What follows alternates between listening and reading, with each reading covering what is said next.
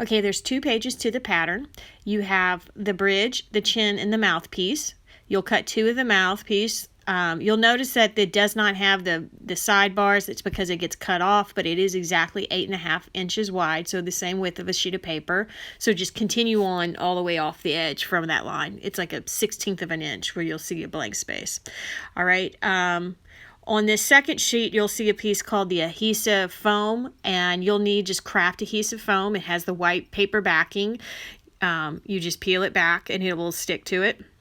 You can get it in a big block. I think I got this from Michael's for like $8.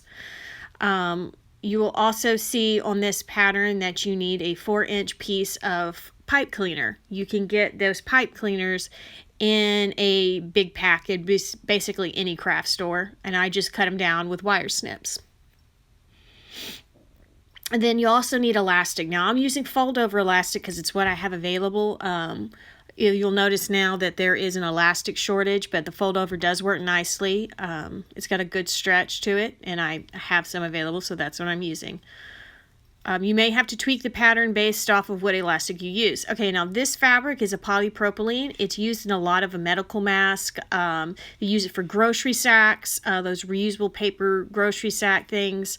It's all over the place, but you can get it in Amazon, Hobby Lobby, Joann's. I know in Hobby Lobby you can get it in store. Joann's, you have to order it, and I believe it's sold out on Amazon. And that might be my fault because I'm making a lot of masks. So to start, I like to cut a strip because I'm going to be making multiple ones. I don't do one at a time. So I'm going to do a strip about the width of the bias tape because that way I can just cut strips of that bias tape without having to go long ways. I'm kind of weird about that. So I'm going to cut a strip that's about 9.5 inches wide.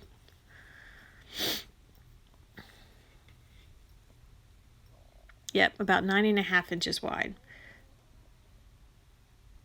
From there, I'm going to lay out my pattern pieces and just cut them out as you would. I like to use the rotary cutter.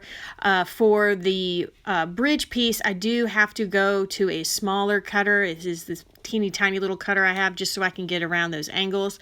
And I'm using it for all the pieces. Now, I prefer pattern weights to pinning because I think it just goes faster. This fabric, or if it's like a papery fabric, it's very easy to work with and cut. It doesn't wiggle around as much as, say some of the other fabrics I work with, like chiffons and satins and whatnot. So I'm just going to cut all of these pieces out. I'm cutting 2 of the mouthpiece because I like to have 2 layers there for extra protection from anything coming in or out. Both bridge and chin pieces are, I just do a single layer. But in here, I'm going ahead and cutting it out 2 pieces at a time because what I'll normally do is I'll, cut out twice as many mouthpieces as I do the chin and the bridge piece because I'm doubling up the mouthpiece, if that makes any sense. Now, yeah, I do sometimes add the pattern weights after I start cutting because I just freehand it because I use these so much. And if it does start to wiggle, you can put the pattern weight down and hold it in place. Now, here I'm using the adhesive foam. I'm making I like to trace it with a pencil. You don't even have to really have like the lead out of this mechanical pencil. You just really need the impression. And I'm cutting out 4 at a time. And so this is the best way I found to get as many cuts out of each piece of foam. Is I do 1 on either side, and then I do 2 that meet in the middle. The points meet because it's just one way that I make it faster to cut this out because I'm going to like figure 8 the cut, and you'll see that in just a second. So I'm just tracing 4 of these out on per piece of foam. All right, and so that's kind of what it looks like. And I'm going to cut the straight lines first because that's just going to make it easier. And then I'm going to go through and I'm going to cut straight through from one piece to the next, just like that, like the figure 8. You don't necessarily have to do this, but that's just what I do. And then I will go through and cut the excess off the rest of them. And I will have 4 different foam bridge pieces. And there they are. Okay, so on the bridge piece, you'll see a line where I put my pipe cleaner. And I'm just going to lay it on there. I don't pin it or anything. I'm pretty awful about that. I'm just going to put it right under the machine. I'm going to do a simple zigzag stitch. And I have it at the widest setting. I think my width goes all the way to a 6, and that's what I'm using. And I just zigzag right over that bad boy. Obviously, you don't want the needle to hit the metal because it will break. But if you get it on either side of that, it'll just make this nice little velvet-looking strip right there. And that's what that looks like. And from there, I, snip the threads.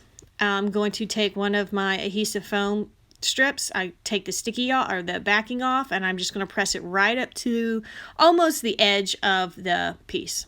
And then that's how you do the bridge piece. From here, I'm going to take 2 pieces of my mouthpiece, and I'm going to take a chin piece, and I'm going to line those up. But first, I fold that flap down because it might get in the way. It got in the way a couple times, but every other time I've done it since is not. But I still do it anyways.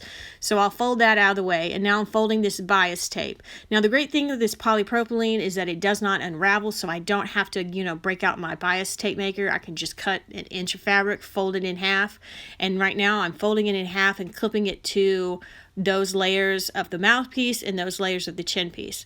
Now, as you see, I folded it out of the way, and now I'm putting the bridge piece in. I'm basically doing the same thing. I'm lining up those curves. I'm folding my bias so that I have that crease there so I know where the center is, so it's even on both sides. And then I'm just going to clip it on.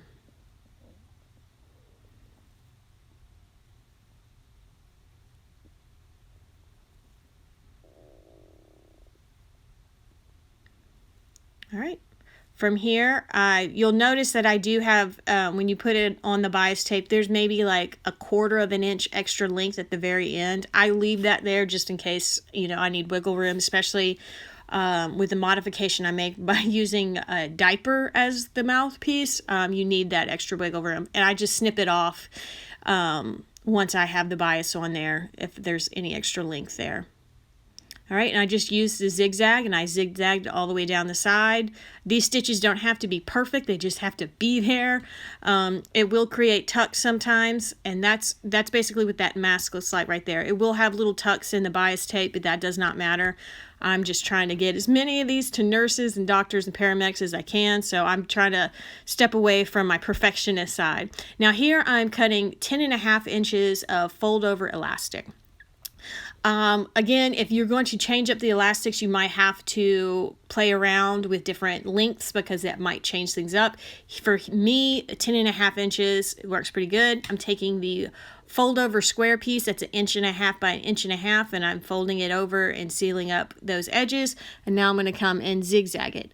Now, if you have someone with a teeny tiny head, because I have a deceptively large head, as I like to say, if you have someone who has a smaller head, you can fold the elastic and actually staple it to that side fold over to give them a tighter, more snug fit. Just obviously keep the prongs away from the face.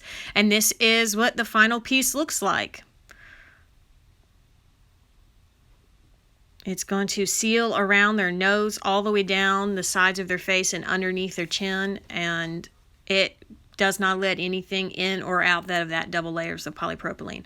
And I also can make them with the Diaper. Here's the Diaper modification. I prefer Pampers Swaddlers, size 3 or bigger. I'm going to separate the elastic on the inside. It kind of seals down and you can just pull it apart. I cut off the flaps, cut off the elastic on the sides, and then I just put my pattern piece down and cut it out. And I make it, the exact same way I made the other one. I just, take the chin piece, fold it down, use the bias tape, and pin it down or zigzag it all the way around. And it works really great. Doesn't let water in or out and still breathes.